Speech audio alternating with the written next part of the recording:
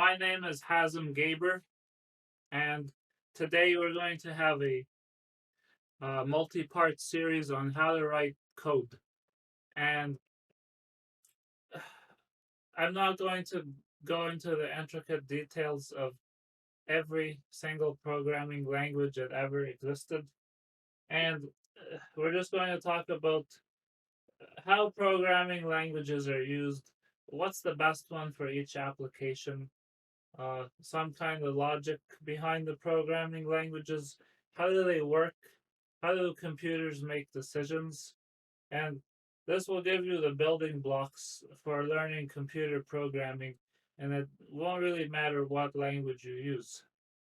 So, when we start looking at programming languages, you have to think that there's billions of computers out there, and there's programming languages that have just been invented.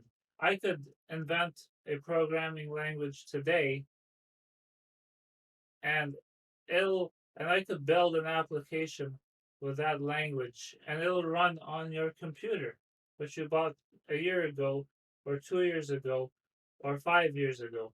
Now, how is that possible? And what we have to think about is that computers only understand zeros and ones, you know, uh, plus or minus, on or off, um, up or down. So, really, a computer only understands one language, and we call that language machine code. And machine code, it's difficult, if not impossible, for us to understand. So, the programming language helps us as humans write code that uh, is easier for us to understand. It makes more sense, and then we can somehow take that programming language and convert it into something that the computer understands. And the way this happens is through a tool that we call a compiler. A compiler takes the computer code, the language that we wrote, and it converts it into the machine code, which a computer can understand.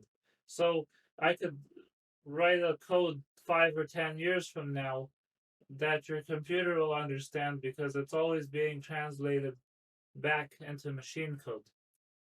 And you need a different kind of compiler for every type of language. Now, there's a lot of languages that are not compiled.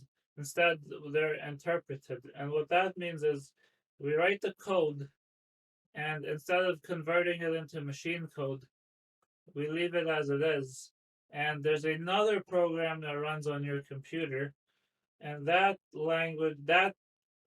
program takes the interpreted code that you wrote and explains it to the computer in in real time. And so we call these interpreted languages. And in order to run an interpreted language, you need to have a software program installed on your computer called an interpreter. So some of the languages that are compiled, C, C Sharp, Basic, Fortran, Java, and Swift.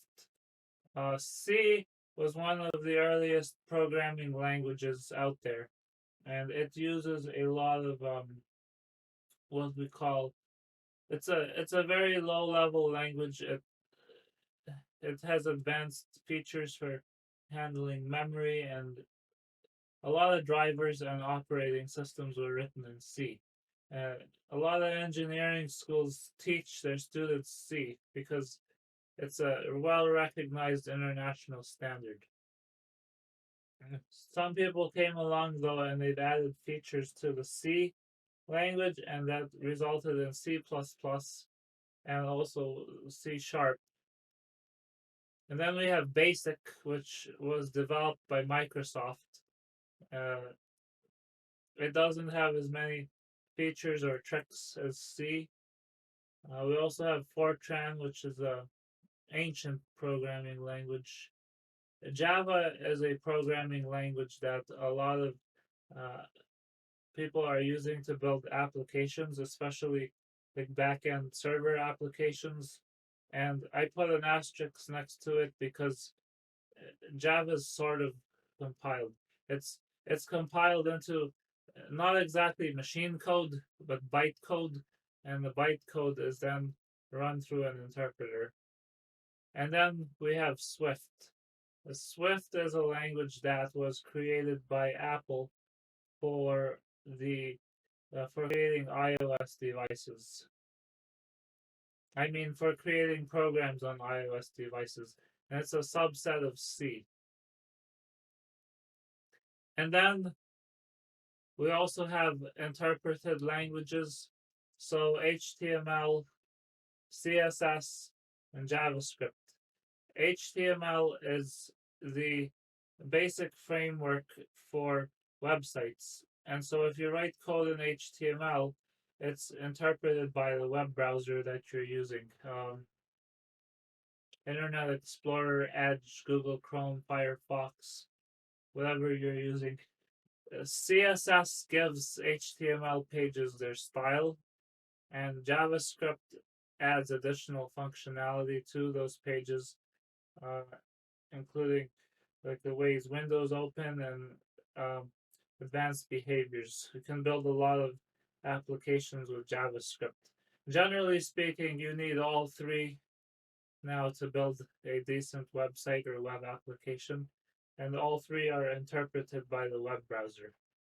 Um, on the back end of a website, the code that you have running on the server, a lot of websites use PHP and some use ASP, which is the Microsoft version of PHP in a way. Um, ASP has a lot more tie-ins with some other Microsoft products like Active Directory and SQL Server. And then we have R, which is a language used by statisticians. It's a pretty good language for that purpose. We also have Python.